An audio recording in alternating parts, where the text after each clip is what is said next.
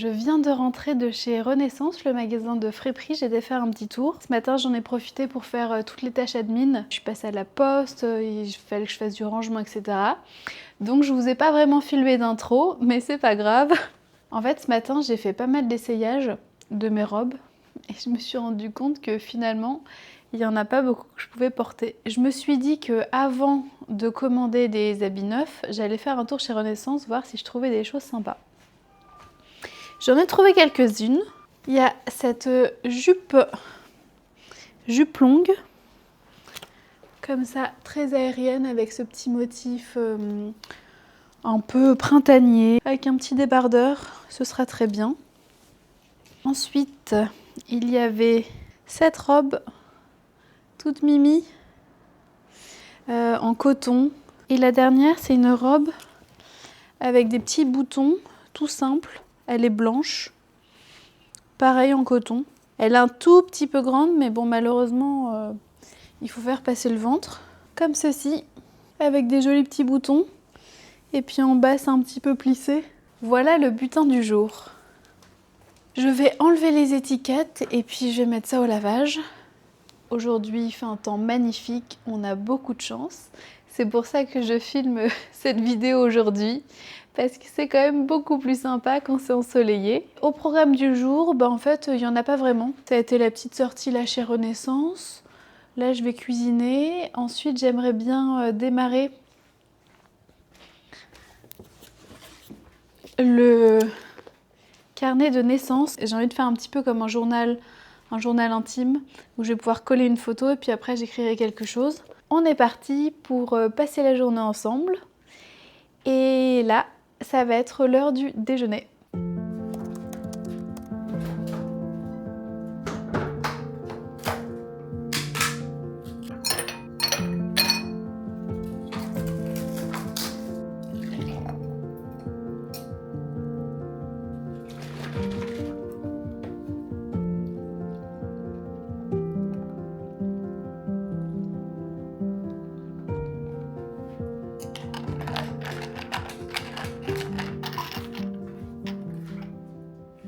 Petit matcha latte glacé prêt. Je sais pas si vous aviez suivi mes aventures de lait végétal. J'en ai trouvé un qui est plutôt pas mal. Du coup, j'ai arrêté de prendre les baristas. L'une de vous m'avait dit qu'effectivement, ils mettaient plus de sucre que dans les laits réguliers. Et je suis retournée à du lait d'amande classique, non sucré. Et j'ai trouvé celui-ci, amande et noix de coco.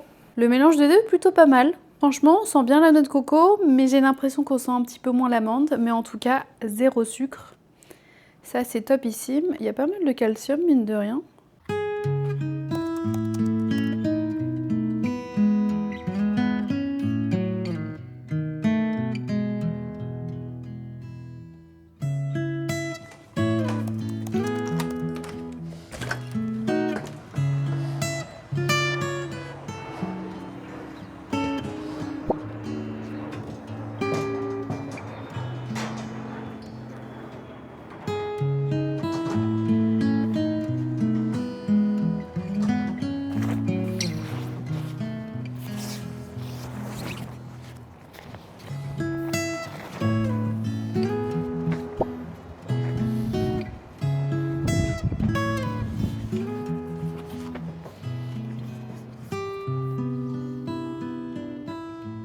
Bon, elle est finie la glande. Je me suis autorisée à aller sur les réseaux sociaux le temps de boire mon matcha, ce qui n'est pas très long. Mais c'est un bon moyen pour réguler ce temps passé. Et ensuite, j'ai fait la sélection de photos Pour l'album de naissance, j'ai tout sélectionné et là je vais les mettre sur des clés USB pour ensuite sortir les imprimés. Et puis je vais commencer ce petit album. C'est trop chouette de retourner à travers les photos et puis de voir toutes les semaines qui sont passées. Là, quand je vais voir toutes les photos imprimées, je vais pouvoir commencer à écrire le début de sa petite histoire de vie. C'est assez émouvant. Et ce week-end, mon amoureux en profitera pour ajouter quelques mots. Comme ça, ce sera vraiment un album de naissance qu'on aura fait tous les deux, rien que pour lui.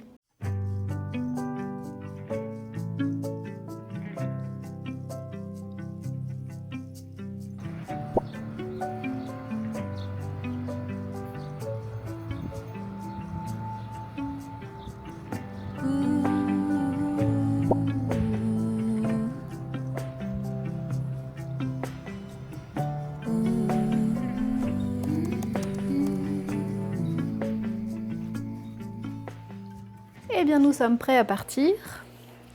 J'ai mes deux clés USB au cas où ça passe pas sur une, téléphone,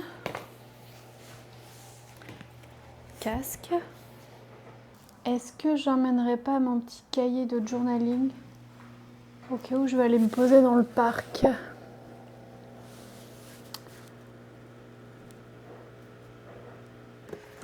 Je ne sais pas. Bon tant pis, je le prends pas. Lunettes de soleil parce qu'il fait super beau. Petite sandale. Et ma petite caméra.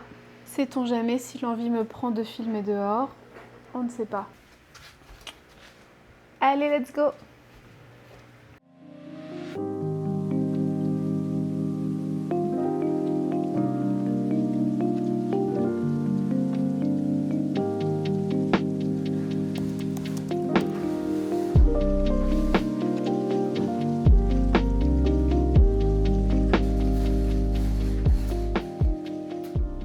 Petit retour de course. J'ai récupéré toutes mes photos. C'est trop chouette. Je vais pouvoir faire l'album là cet après-midi en écrivant un petit mot pour illustrer chaque photo. Ensuite, achat passionnant, j'ai trouvé des petites boules en laine pour sécheuse. Ça c'est pas mal quand il y a des pulls. Du Listerine. Crayon pour les yeux et pour le goûter, petite tablette de chocolat, caramel et fleur de sel que je vais mettre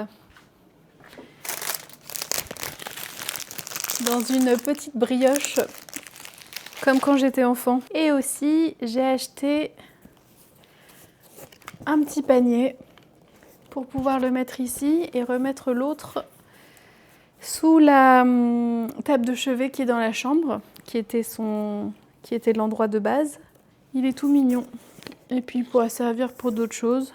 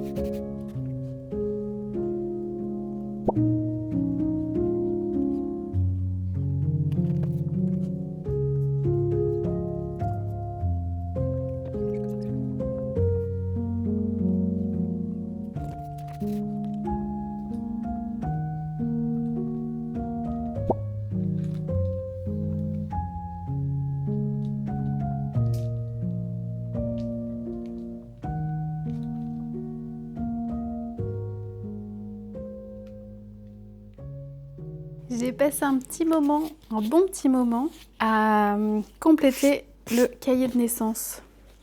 J'ai choisi un cahier tout simple, c'est un cahier Moleskine noir en A4. En fait, je me suis dit que j'avais vraiment envie de faire comme un journal, un peu un journal intime. Au cours des années, je pourrais acheter exactement le même. Et comme ça fera une petite collection.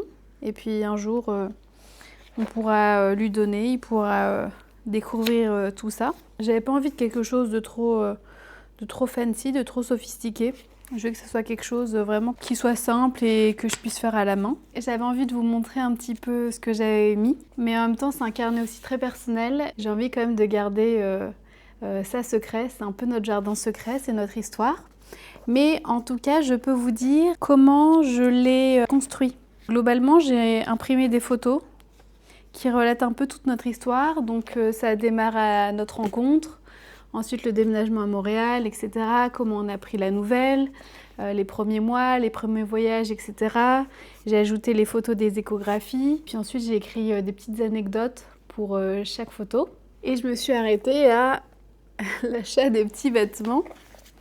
Donc il restera encore quelques mois pour compléter tout ça. En fait, ce serait bien que je me fasse ça une fois par mois, que j'imprime 5 photos et que je puisse continuer. Peut-être que j'essaierai aussi de recouvrir le carnet. Il est noir tout simple, au moins je me dis que ça passe partout. Mais c'est vrai qu'un petit revêtement, ça peut être sympa. Pour le moment, je vais le mettre sous une pile de gros livres pour être sûr que les photos collent bien. Mais en tout cas, c'est un beau moment à faire. C'était un peu comme si je faisais du journaling, mine de rien. Ça m'a permis de prendre le temps de repenser à ces derniers mois écoulés et puis la folle aventure dans laquelle on s'est lancé avec l'arrivée de ce petit bébé.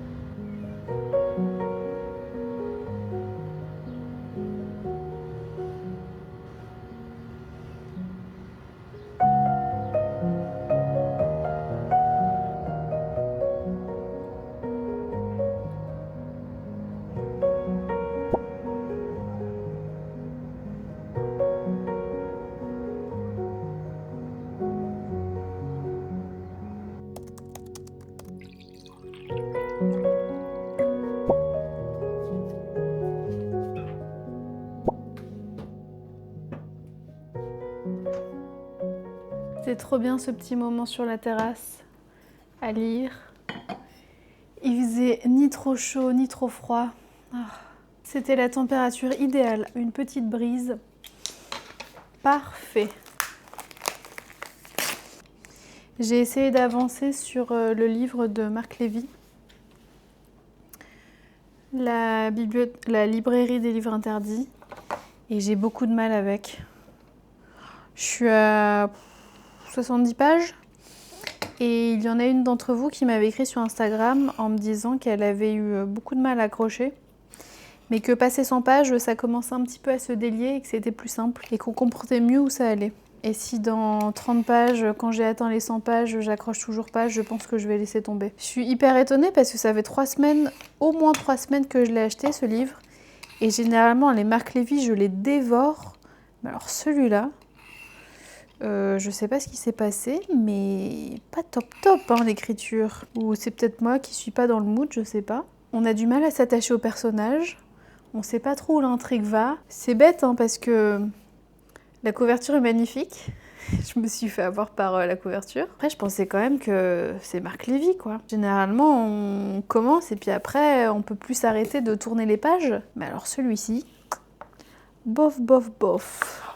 Heureusement, j'ai en stock un livre de Joël Dicker que je vais commencer parce que sinon, ça va me dégoûter un petit peu de lire. Quand je fais une trop longue pause lecture, après, c'est plus difficile de s'y remettre.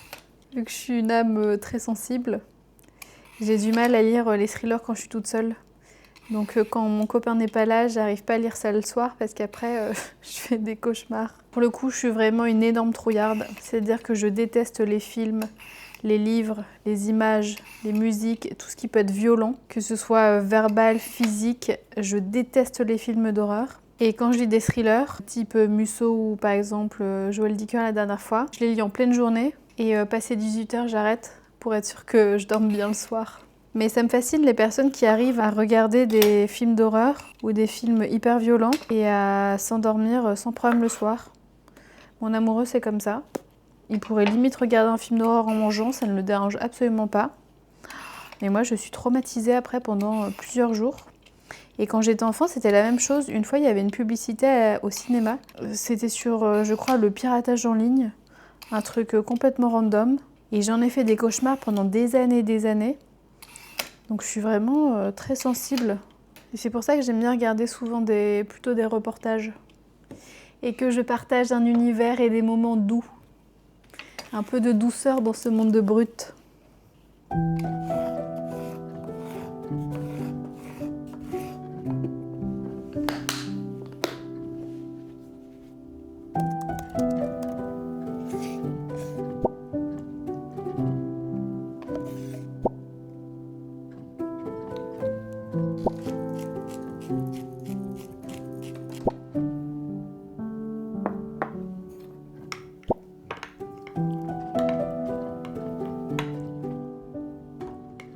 J'attends que mes tartines cuisent, j'attends que mes tartines grillent. On est vraiment sur un dîner de la loose. Pour les protéines, j'ai fait une petite sauce au yaourt, tzatziki. Je fais la même à chaque fois avec les crudités. C'est trop bon. Et quand j'étais plus jeune, j'ai vécu en Angleterre. Et ma host mom, pour le déjeuner, elle me préparait des sandwichs au concombre, beurre, concombre et un peu de fromage. Et j'adorais ça avec du pain de mie là, bien blanc, bien industriel. C'était trop bon. Et depuis, quand on fait des pique-niques, j'adore faire ça. Mais j'ai une passion pour le concombre et les tomates. J'avais peur en étant enceinte d'avoir des cravings de grossesse un petit peu bizarres. Et finalement, pas du tout. J'ai juste des envies de dingue parfois de crudité. Carottes, concombres, tomates. Pas envie de trucs bien gras, pas envie de trucs méga sucrés. Une petite glace de temps en temps, un truc frais. Mais pas plus que d'habitude.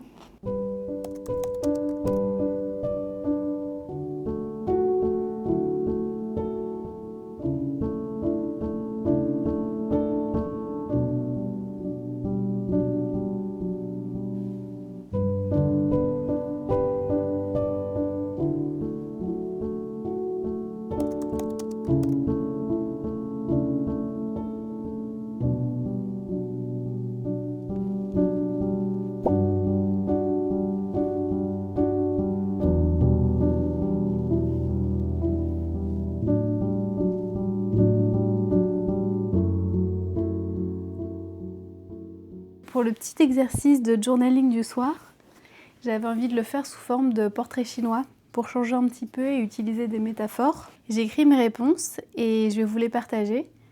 Et comme ça vous donnera peut-être aussi envie de faire l'exercice. Ça change un petit peu de simplement écrire des phrases de sa journée. Si j'étais un animal, je serais. Pourquoi? Qu'est-ce que cet animal représente pour moi aujourd'hui? J'ai noté un panda. Je me sens un peu comme ça, je me sens un peu dodue. Il y a des moments où je suis un peu grincheuse. Je pense que c'est lié aux hormones. Et il y a d'autres moments, ça va, je me laisse porter par la vie, etc. Donc un panda avec son petit caractère, très mignon, mais avec son petit caractère, attachant, comme on dirait. Après, c'était « Si j'étais une saison, je serais ». Qu'est-ce que cette saison m'évoque? Comment reflète-t-elle mon énergie actuelle? Eh bien, c'est le printemps pour moi. Saison du renouveau. On sort de son hibernation et on a une nouvelle énergie retrouvée. C'est vraiment moi ces dernières semaines, ça fuse dans tous les sens, j'ai plein d'idées et je me sens vraiment mieux à voir cette nature qui reprend vie, je reprends vie en même temps. Si j'étais une couleur, je serais. Pourquoi cette couleur? Quelle émotion est liée à elle en ce moment? Eh bien, j'ai noté le rose. C'est une couleur que j'ai longtemps rejetée parce que je trouvais que ça faisait un peu trop cucu, ça faisait un peu trop girly, ça faisait un petit peu trop précieuse. Et là, ça fait plusieurs années que je me réconcilie avec le rose. Et je pense aussi que d'une certaine manière, je me réconcilie un petit peu plus avec ma féminité. Et ça fait du bien, finalement, d'oser porter du rose sans pour autant se dire qu'on est trop fleur bleue, trop sensible, trop fragile. Ça rajoute vraiment du peps, que ce soit à la décoration ou à mes tenues. Je pense que vous avez pu le voir aussi un petit peu dans la décoration. Les petites choses que j'achète, il y a souvent des petites touches de rose. Si j'étais un lieu, je serais un lieu réel ou imaginaire. Qu'est-ce que ce lieu dit de mes besoins, de calme, de mouvement, d'aventure? J'ai mis le lieu de vacances où je partais lorsque j'étais enfant, qui est en Normandie, en France. Un lieu qui est très cher à mon cœur. Mes grands-parents ont une maison de vacances là-bas et on a passé beaucoup d'été en famille avec mes cousins. On était vraiment très proche de la mer, on pouvait y aller à pied comme des grands. C'était vraiment des moments particuliers, des moments précieux. Et surtout, la mer me manque beaucoup. À chaque fois que je me retrouve au bord de l'eau, et particulièrement au bord de la mer, les vagues, le sable, etc., c'est des choses qui m'apaisent beaucoup. Et j'adore me faire des longues balades quand la marée est descendante. Et je pense que ça reflète mon besoin de calme finalement en ce moment. Et le dernier, si j'étais un mot, je serais. Quel mot me résume aujourd'hui et quel mot j'aimerais incarner demain? Oh, j'en ai mis qu'un seul. Eh ben j'ai simplement mis mon mot du jour. Le mot c'est pile électrique. Bon, c'est deux mots, mais on va dire que ils sont ensemble, ça passe.